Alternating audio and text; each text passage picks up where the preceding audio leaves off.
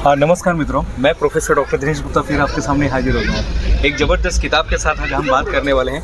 किताब का नाम है 12 power principle for success, written by Bob Proctor, जिनका देहांत पिछले साल ही हुआ। पिछले साल ये शरीर छोड़कर चले गए, लेकिन इनकी द्वारा लिखी गई किताब मेरे पास ये किताब मराठी में है और बस ये किताब ही पढ़ रहा था, लेकिन मुझे कुछ पॉइंट बहुत अच्छे लगे। मैं चाहता हूँ कि ये आपके साथ शेयर करें। किताब अमेज़ॉन पे अवेलेबल है, माय मिरर पब्लिकेशन। इस किताब ने इसको मराठी में ट्रांसलेट करके हम सभी लोगों के लिए अवेलेबल किया है। मराठी में, हिंदी में, अंग्रेजी में और अन्य भाषा में किताब अवेलेबल है।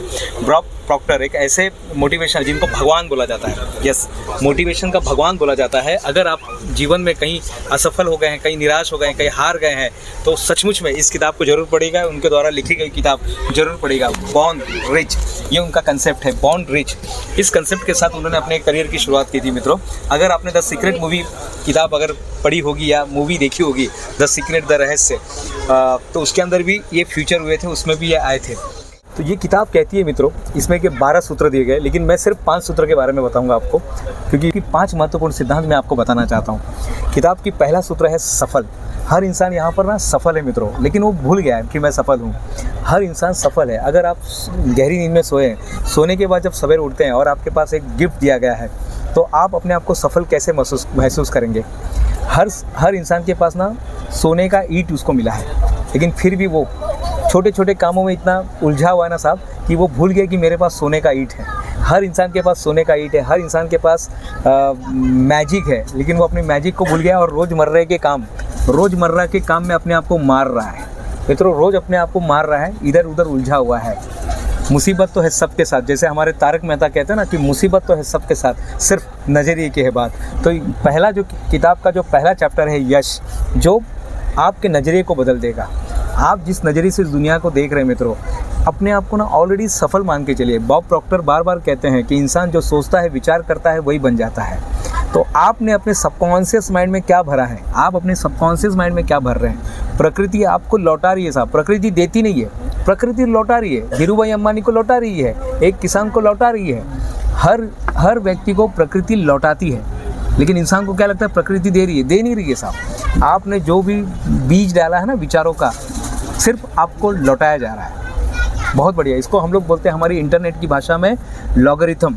हर वीडियो अपने लॉगरिथम पे काम करता है। आप चाह के भी सक्सेस नहीं बन सकते साहब, लेकिन लॉगरिथम है। आप अगर अच्छा कर्म कर रहे हैं तो देखिए आपका वीडियो वायरल हो जाएगा।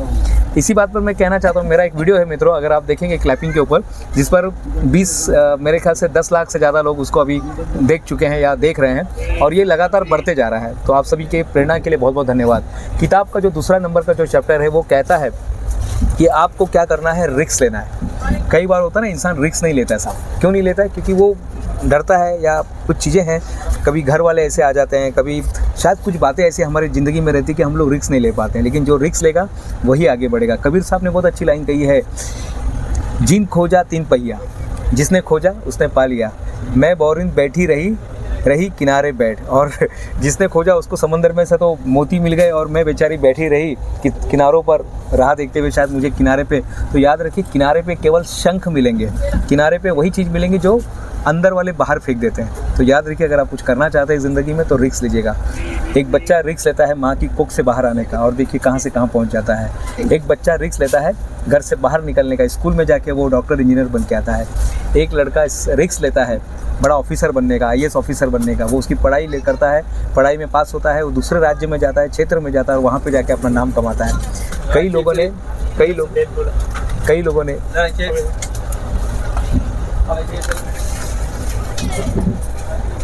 मेल का भी ले लीजिएगा। धन्यवाद सर। देखिए, आपसे बात करते करते भेल भी यहाँ पर आ गया।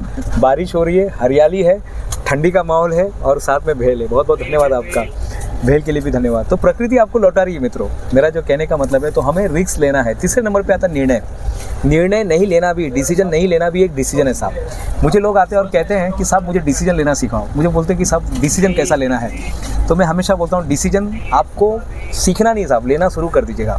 या तो डिसीजन से आप कुछ सीखेंगे, या तो आपका डिसीजन सक्सेस होगा, लेकिन डिसीजन लेना है आपको। कई बार होता है हम डिसीजन छोड़ देते हैं, तो डिसीजन को छोड़िए मत सर, शुरुआत छोटी से कीजिएगा। कोई बात नहीं, छोटे से शुरुआत करते। होटल में जाइए, पूछेगा चाय चाहिए, कॉफ़ी चाहिए, चाय लीजिए या कॉफ़ी लीजिएगा, डिसीजन लेना शुरू कीजिएगा। हम लोग क्या करते हैं, पिताजी पर ढकल देते हैं, मम्मी पे ढकल देते हैं, मिसेस पे ढकल देते हैं, बाजू वाले पे ढकल देते हैं, टीचर को ढकल देते हैं। हम लोग ये ढकलने का ही काम करते रहते हैं। डिसीजन लेना शुरू कर दीजिएगा। उसके बाद आता है, ये मेरा सबसे फेवरेट है साहब, टैलेंट कभी नहीं जीतता है साहब, टैलेंट कभी नहीं जीतता है, हमेशा जीतता है परसिस्टेंस, कंसिस्टेंसी। आपने बचपन में कहानी सुनी होगी कछुआ की और खरगोश की। कछुआ साधारण था, खरगोश टैलेंटेड था। कछुए के पास ज़्यादा ईश्वर ने उसको कोई भागने की बुद्धि नहीं दी थी, तेज दिमाग नहीं दिया था, चपलता नहीं दी थी, लेकिन खरगोश के पास सारी शक्तियाँ थी। खरगोश बल से, टैलेंट से भरपूर था। लेकिन याद है कहानी में क्या होता है, कौन जीतता है? कमेंट बॉक्स में ज़रूर लिखिएगा। जीतता है टोरटाइज। रैबिट हार जाता है और टोरटाइज जीत जाता है। क्यों? क्योंकि टोरटाइज जो था, कछुआ जो था, कंसिस्टेंसी काम कर रहा था। कारण था कंसिस्टेंसी। अगर आपके पास कंसिस्टेंसी रहेगी, भले ही आपके पास बुद्धि थोड़ी कम रहेगी, 2 पावली कम रहेगा, लेकिन फिर भी आप सक्सेस हो जाएंगे अपने लाइफ में। 12 प्रिंसिपल का एक प्रिंसिपल यही है। इसके बाद जो आता है कि जवाबदारी। बहुत सारे बच्चे ना सब जवाबदारी नहीं लेते हैं। आपको अपनी ज़िंदगी की, जिस तरह से प्रकृति जवाबदारी ले रही है, ईश्वर जवाबदारी ले रहे हैं, आपको भी जवाबदारी लेना सीखना पड़ेगा। जब जवाबदारी लेंगे मित्रों, तभी आपकी लाइफ में कुछ होगा। रिस्पॉन्सिबिलिटी, और ये सीखना पड़ेगा, ये सीखना पड़ेगा। नहीं है तो सीखिए, अपने आप को बड़ा बनाइए। और वही इंसान बड़ा बनता है जो रिस्पॉन्सिबिलिटी लेता है, वही लीडर बनता है जो रिस्पॉन्सिबिलिटी लेता है। कहते हैं अवसर उसी के पास आता है जो रिस्पॉन्सिबिलिटी लेता है। कई बार मैं देखता हूँ ऑफिस में लोग क्या करते हैं, ऑफिस में लोग काम ढकलते रहते हैं, काम ढकलते रहते हैं। अरे यार चल उसको दे दो, उसको दे दो, उसको दे दो। नहीं साहब, अगर आप रिस्पॉन्सिबिलिटी नहीं लेंगे अपने लाइफ में, कभी आप आगे नहीं बढ़ पाएंगे। तो ये किताब के बहुत अच्छे प्रिंसिपल है, और भी बहुत सारी चीज़ें हैं मुझे अच्छी लगी, लेकिन मैं चाहता हूँ ये 5 पॉइंट आज के लिए काफ़ी है। लेकिन जाते जाते एक बात कहना चाहूँगा, ये किताब जो है आपको बहुत ऊंचाई पर लेकर जाएगी। अगर आप इस पर काम करेंगे, पढ़ेंगे और आगे बढ़ेंगे, सचमुच में आपको इसको रिजल्ट दिखाई देगा। केवल पढ़ने से, मेरी बातें सुनकर, ये 5 पॉइंट सुनकर नहीं चलेगा। लोग बोलते हैं मुझे पता है, ये पता होना ही सबसे डेंजर है साहब। पता नहीं होना चाहिए। अगर आपको सचमुच में पता रहता ना, तो आप बोलते मुझे और बताओ। आप क्या बोलते, मुझे और बताओ। अगर आपके अंदर और बताने की जिज्ञासा जगी है, तो आप लाइफ में सक्सेस हो जाएंगे मित्रों।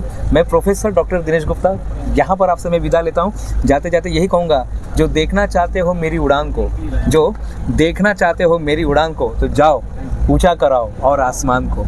धन्यवाद।